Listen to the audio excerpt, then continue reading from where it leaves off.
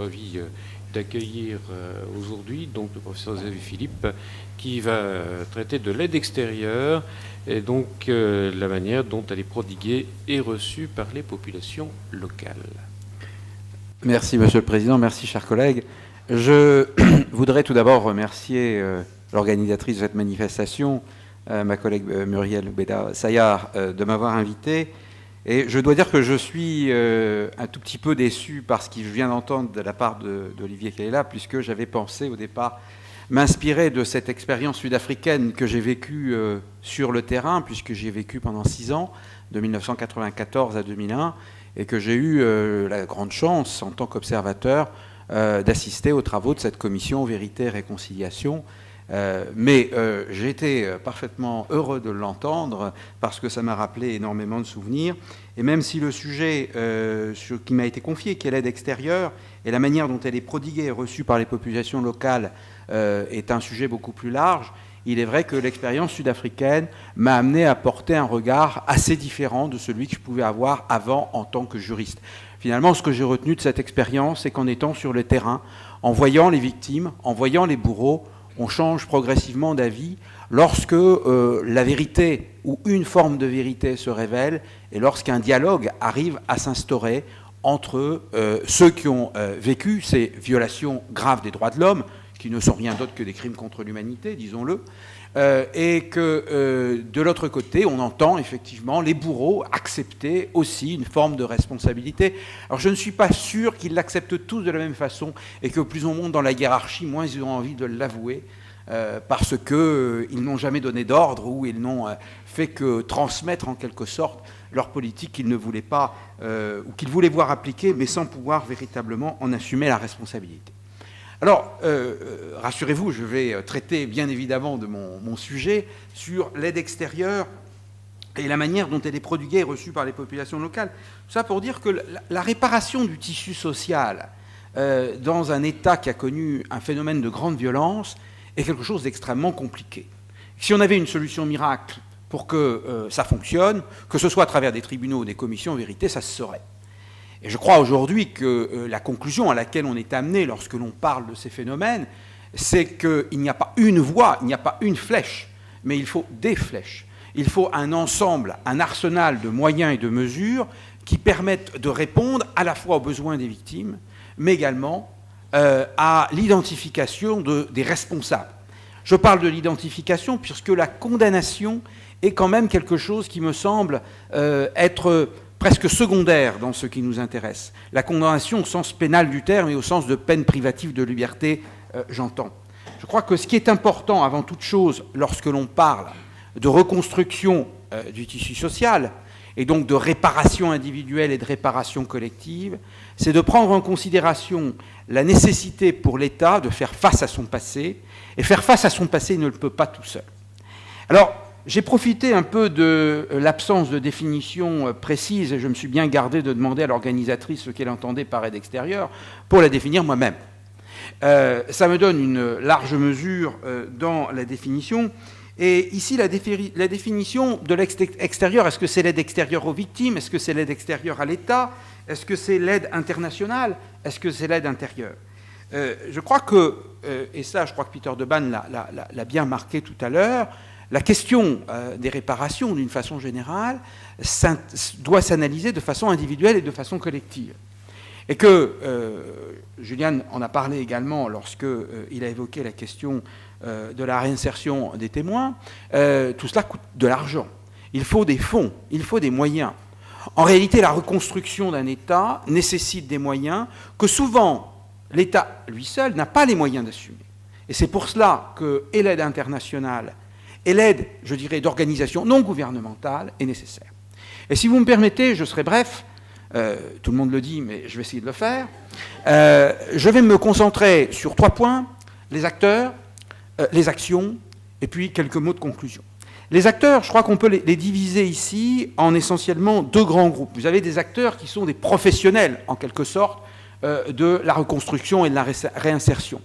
Et là, on trouve une sous-distinction, je crois, extrêmement importante, et qui a une incidence directe sur cette reconstruction du tissu social, entre les acteurs locaux, c'est-à-dire ceux qui ont la connaissance du terrain, ceux qui connaissent les individus, c'est-à-dire les victimes, qui peuvent s'adresser à elles. Et d'autre part, les acteurs internationaux, qui, eux, ont les moyens, souvent matériels, souvent techniques, mais qui n'ont pas nécessairement cet accès aux populations. Et à travers cette distinction entre les acteurs locaux et les acteurs internationaux, je ferai une autre distinction entre les acteurs professionnels et les acteurs d'occasion.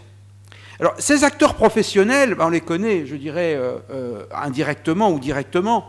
Lorsque un État a été dans un phénomène de grande violence, ces acteurs locaux, ce sont souvent ce qu'on appelle les acteurs de la société civile, les associations, celles qui, au fond, ont un contact direct avec le public et reçoivent les doléances.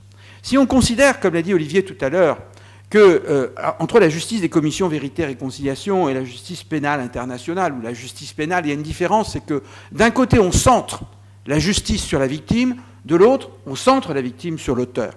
Il y a une chose peut-être qui réunit à la fois l'aide internationale, c'est que quelle que soit l'action qu'on est en train de mener, il est nécessaire à la fois de s'occuper des auteurs et des victimes, mais en ayant des moyens qui permettent d'avoir accès et de comprendre quels sont les besoins de ces victimes. Si on ne connaît pas les besoins de ces victimes, on ne peut pas, évidemment, répondre à leurs attentes. J'étais moi-même très surpris lorsque j'ai interviewé, quand j'ai discuté avec certaines victimes lors des audiences de la Commission Vérité et Réconciliation sud-africaine, de voir à quel point la façon dont on avait, nous, cette façon de voir la justice était très différente de ce qu'elles attendaient.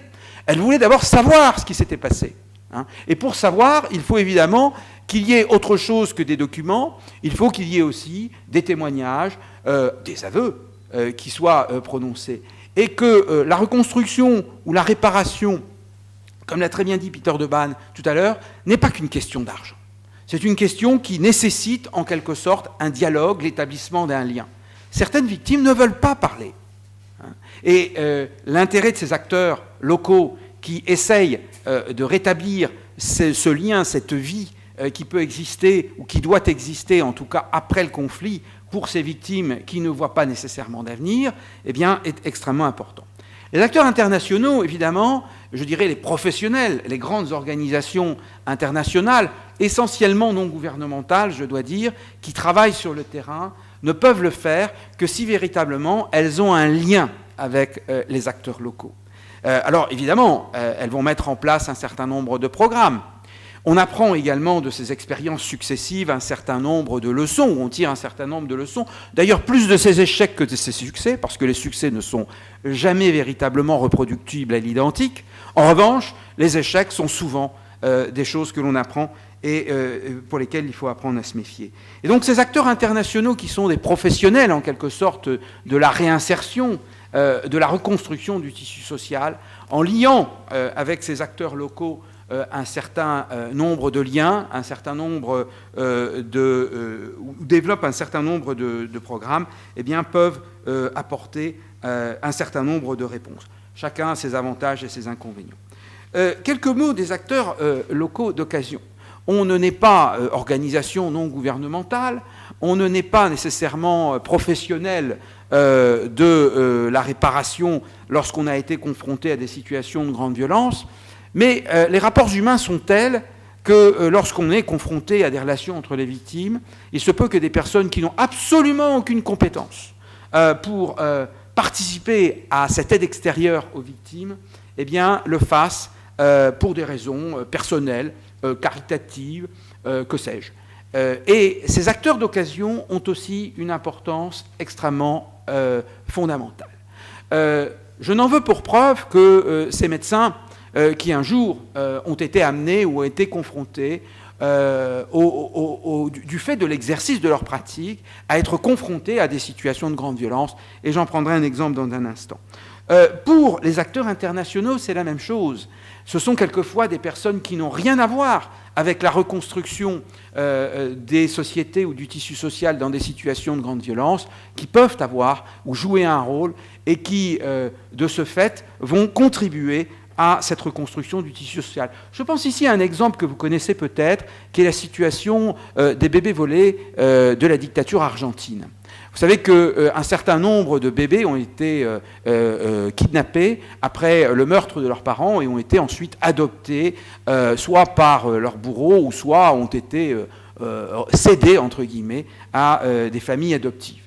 Et lorsque les travaux qui ont été faits d'abord par la CONADEP, la Commission nationale pour les disparus en Argentine, la question s'est posée de savoir ce qu'étaient advenus ces bébés, ce qu'il était advenu de ces bébés. Et à un moment, l'organisation des mères de la place de Mai, bien connue, avait décidé de rechercher si, à travers des études génétiques, ce qu'on appelle des tests ADN, eh bien, on pouvait retrouver à travers les tests ADN des grands-parents les petits-enfants.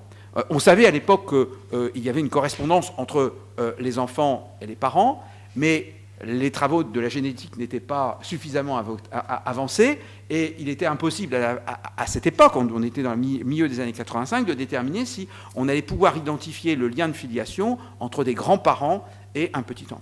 Et il se trouve que l'une des maires de la place de Mai avait une connaissance à New York et avait un lien avec un professeur de génétique. Et ce professeur de génétique, en faisant des recherches, a participé à la découverte du lien qui était nécessaire pour pouvoir établir ce lien de filiation entre petits-enfants et grands-parents. Voilà un acteur d'occasion qui a contribué à cette reconstruction du lien social, puisque non seulement une grande campagne a été lancée pour retrouver ces bébés volés de la dictature argentine, il y a eu des effets tout à fait positifs et un certain nombre de personnes ont été retrouvées. Et surtout, je vous le rappelle, c'est à travers cette affaire qu'ont pu être traduits en justice et condamnés pour crimes contre l'humanité les anciens dirigeants de la dictature argentine. Donc on le voit, ces acteurs, qu'ils soient professionnels ou de circonstance, ont joué un rôle fondamental. Alors que font-ils, ces acteurs internationaux, et surtout dans quel cadre s'insèrent leurs interventions? Là, je pense que, et je poursuivrai un peu ce qu'a dit Peter de Ban tout à l'heure, il faut imaginer la reconstruction du tissu social à travers une théorie de la réparation qui n'est pas une théorie civiliste de la réparation. Il ne s'agit pas de réparer un dommage comme on répare une voiture. Il s'agit d'imaginer une théorie des réparations qui est fondée sur une responsabilité que l'État a vis-à-vis des membres de sa communauté que sont les victimes et qui ont souffert. C'est une sorte de responsabilité pour rupture de l'égalité entre les charges publiques. L'un des groupes au sein de la communauté nationale n'a pas eu droit à la protection à laquelle le droit lui donnait droit, ou qui a été reconnu par les textes. Et donc, il y a une responsabilité qui n'est, à mon avis, pas uniquement morale, mais qui est aussi juridique. Et à travers cette responsabilité juridique, on a tracé cette matrice entre réparation collective, réparation individuelle, préjudice direct, préjudice indirect. Et je crois qu'il y a encore des travaux absolument phénoménaux et fantastiques à développer dans ce sens. Avis aux amateurs, je crois qu'il y a là un très beau sujet de thèse. Alors, je voudrais essayer de concrétiser cela à travers 3 exemples, certains que j'ai vécus directement, certains que j'ai vécus indirectement. Le premier, dans la réparation que peut apporter l'aide internationale et l'aide nationale aux victimes, je crois qu'il y a des réparations tout simplement physiques. Lorsque vous êtes confronté en Ouganda ou ailleurs à des violences qui ont donné lieu soit à des... je trouve plus le mot... à des blessures physiques, lorsqu'on a amputé certaines personnes, lorsqu'on leur a coupé le nez, il faut une chirurgie reconstructrice. Tout cela, généralement, les États n'ont pas le moyen de le faire. Vous avez un très très beau film, d'ailleurs, que je vous recommande, qui est l'histoire du docteur Denis Mukwege, en République démocratique du Congo, qui s'intitule L'homme qui répare les femmes, qui est en fait la mise en scène, la mise en scène du livre de Colette Brackman.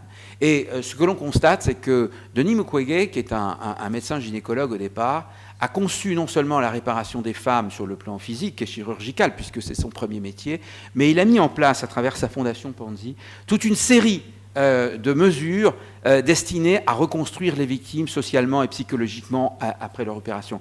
Et ça, je crois que ça ne peut avoir lieu non seulement qu'à travers l'aide extérieure nationale, mais aussi l'aide extérieure internationale.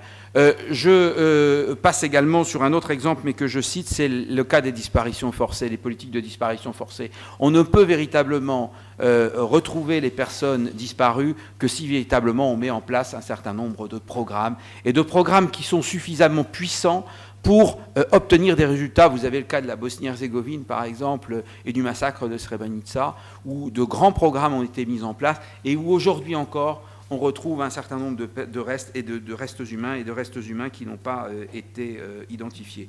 Je voulais également citer le cas de l'action en justice pour obtenir réparation, et qui a été faite notamment par le groupe de Kouloumani à travers, après l'action de la commission Vérité et Réconciliation. C'est un groupe qui a décidé d'essayer de traduire en justice, non pas des individus, mais des personnes morales, des entreprises qui avaient bénéficié du système d'apartheid et qui n'avaient absolument pas participé à ces politiques de réparation. Alors, en conclusion et très brièvement, ce que je voudrais ici souligner, c'est qu'au fond, l'aide extérieure, elle est indispensable à la reconstruction du tissu social. Alors, elle peut se faire en nature, elle peut se faire en argent, elle peut se faire de toutes les façons qu'il soit. Je crois que là, il n'y a absolument aucune limite. Alors, est-ce que cette aide extérieure est toujours bien faite, est toujours bien imaginée? Non. Il faut être clair. Mais je crois que c'est peut-être le point sur lequel je voudrais concentrer la conclusion à laquelle je voudrais arriver. L'erreur qui a été commise probablement au départ, c'est de faire une approche qu'on appelle top-down, c'est-à-dire qu'on a imaginé des programmes de réparation et on les a plaqués sur la réalité. Et ça, c'est extrêmement difficile à réaliser et ça ne fonctionne pas. En revanche, ce dont on s'est aperçu, c'est que si on veut reconstruire le tissu social, si on veut reconstruire des vies humaines, eh bien, il vaut mieux partir de petites expériences et les reproduire, c'est-à-dire de faire des petites pyramides et de faire un maillage territorial qui va permettre en réalité à ces réparations de se réaliser. Il faut utiliser à la fois les compétences locales, parce qu'il y a ce lien de proximité qui existe, et on a besoin, je dirais, de l'aide internationale, parce que c'est elle qui va permettre progressivement de faire ce mapping, cet effort de planification. Et je pense que c'est sur ce point-là qu'il y a encore peut-être à travailler. L'erreur qui a été commise, c'est de considérer que l'aide internationale est une aide qui est nécessairement une aide qui s'impose aux États et qui s'impose aux victimes, et que, en réalité, je crois que c'est tout à fait l'inverse, c'est l'idée de partir du bas pour remonter vers le haut, de multiplier les expériences de celles que j'évoquais, par exemple, du docteur Mukwege, est certainement l'une des pistes vers laquelle il faut s'orienter. Je vous remercie.